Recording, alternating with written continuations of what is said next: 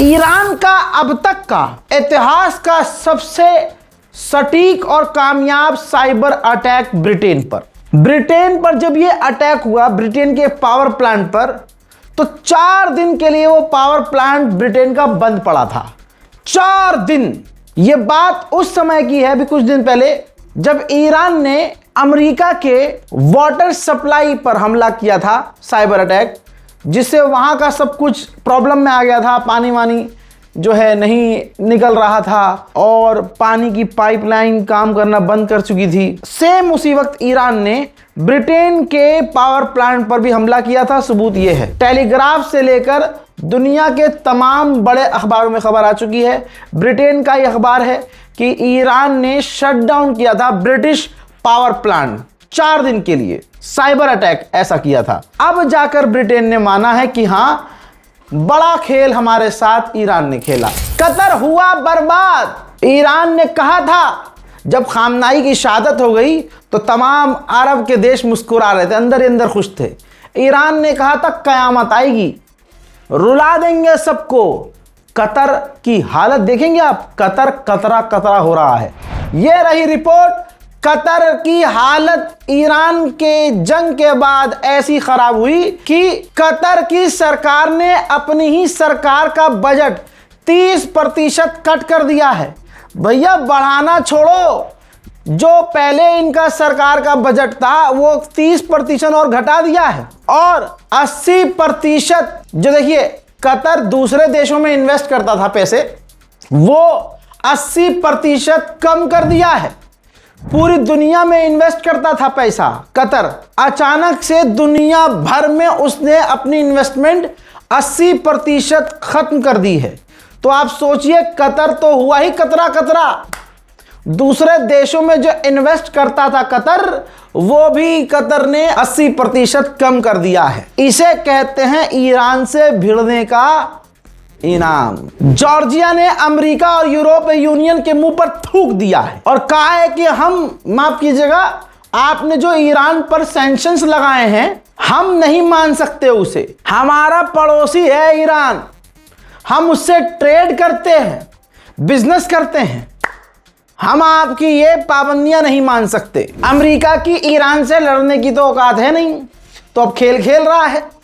अब इराक पर America pressure डाल रहा है कि ईरान से आप बिजली मत खरीदो। हरामीपना ये तो गली के दुकानदार भी नहीं करते। एक दुकान यहाँ पर चुन के एक दुकान वो है, तो बहुत कम ऐसा होता है कि प्यार मोहब्बत से कहते हैं लोगों से कि भैया हमारी दुकान से सामान लीजिए, वहाँ से क्यों लेते हैं, हम और अच्छा सामान देंगे, अठन्नी कम भी कर लेंगे, हम उधार देंगे, है ना। या एक ऐसा हरामी दुकानदार होगा जो आपसे कहेगा भाई वो तो पुराना सामान रखता है, और देखो भाई दोस्ती हमसे रखो, हमसे सामान हमारी दुकान से सामान लो, वहां से मत खरीदो, वरना हम भाई साहब देखो दिक्कत में डाल देंगे तुम्हें। वो बदमाश टाइप के होते हैं दुकानदार। तो ये हरामीपना अमेरिका ने शुरू किया है कि भैया देखो ईरान से आप बिजली मत खरीदो। पड़ोसी देश को धमकी दे रहा है, इराक को धमका रहा है, उसको मनाने की कोशिश कर रहा है। फिर इराक क्या करेगा, मतलब यहां से मान लीजिए पड़ोसी है तो 5 रुपए में बिजली मिल रही है, नहीं तो अब ईरान से ना लेकर के किसी दूसरे देश से, दूर से 5 रुपए वाला सामान 20 रुपए में खरीदे। बहुत बढ़िया। दादागिरी अमेरिका उन्हें ही दिखा रहा है जो देख रहे हैं। ईरान ने तो वरना अमेरिका का सारा पानी निकाल दिया है। मुझे नहीं लगता कि इराक अमेरिका के दबाव में आएगा, और आना भी नहीं चाहिए। ईरान पूरी तरह से मेहरबान है। इराक ने ईरान से स्ट्रेट फॉर्मूज में स्पेशल ट्रीटमेंट मांगा था, ईरान ने दे दिया है। मतलब अब यह है कि इराक के जहाज को, टैंकर को हॉर्मूज से निकलने दिया जाएगा बिना किसी रोक टोक के। और तो और सिर्फ कहानी यहां तक नहीं है, बल्कि उनसे टैक्स भी नहीं वसूला जाएगा। ईरान की फौज के कमांडर ने बड़ी बात कही कि अब तक हम डिफेंसिव मोड में रहा करते थे, अब हमने पॉलिसी अपनी चेंज कर दी है, अब हम ऑफेंसिव मोड में हैं।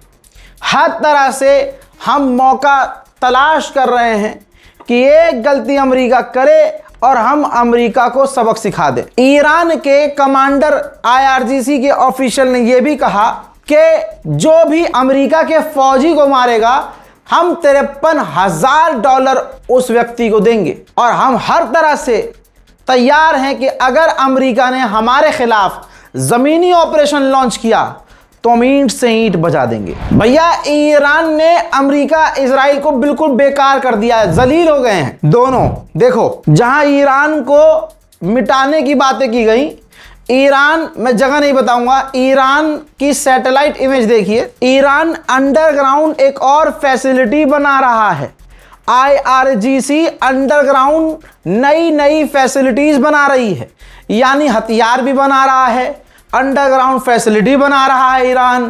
ईरान मिसाइल बना रहा है, ड्रोन बना रहा है, हथियारों के पार्ट्स बना रहा है। और गुलाबी सुअर कह रहा था और कह रहा है कि हमने तो ईरान को तबाह बर्बाद कर दिया।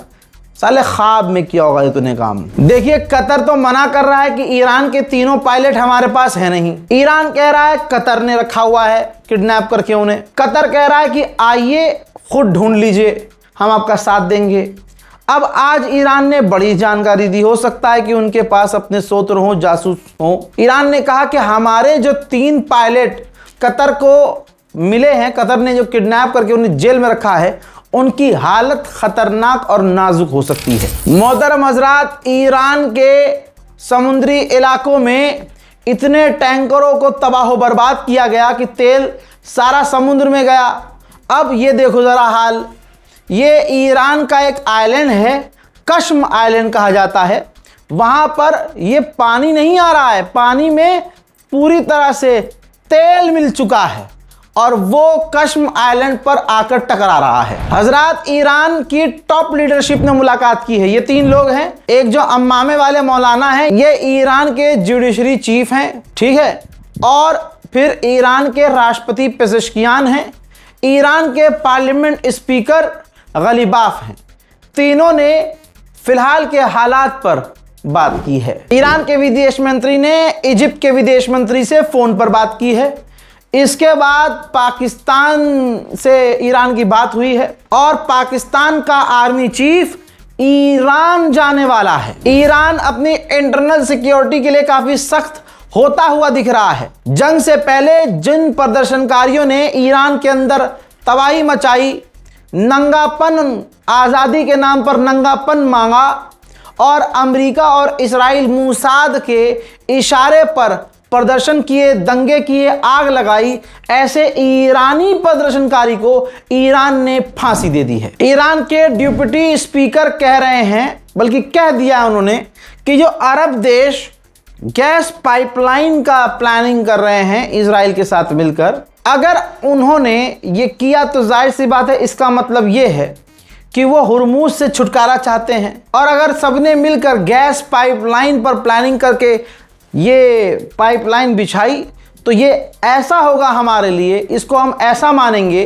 कि सबने मिलकर ईरान के ऊपर मिसाइल हमला किया है। जितने भी दोस्तों ईरान के टॉप नेता हैं, छोटे नेता छोड़िए, जितने भी बड़े नेता, छोटे नेता हैं, सब इस वक्त ऑफेंसिव मोड में नजर आ रहे हैं। मोहतरम हजरात, ईरान ने अब आधिकारिक तौर पर कह दिया है कि सारी दुनिया ने मान लिया है कि अमेरिका हमसे हार गया है। उधर रशिया और ईरान आपस में बात कर रहे हैं कि दोनों देशों के बीच, ईरान और रशिया के बीच, नई रेलवे लाइन बिछाई जाए। आइए अब गाजा का हाल दिखा देता हूं। ये देखिए, फिलिस्तीन के वेस्ट बैंक में इजराइल ने मस्जिद के ऊपर कब्जा कर लिया है और ध्यान से देखिए, मस्जिद की मीनार पर इजराइल का झंडा लहरा दिया है। दोस्तों, UAE, Saudi, Qatar, Pakistan, Egypt, तुर्की, इंडोनेशिया, जॉर्डन, सबने मिलकर इजराइल ने जो E1 बनाने की तैयारी की है उसकी सबने निंदा की है। E1 के अंतर्गत वेस्ट बैंक और फिलिस्तीन, समझ, वो पूरा एक ही है, लेकिन वो खास जमीनी एरिया जो फिलिस्तीन बनना है आधिकारिक तौर पर, ठीक, वो खतरे में पड़ जाएगा।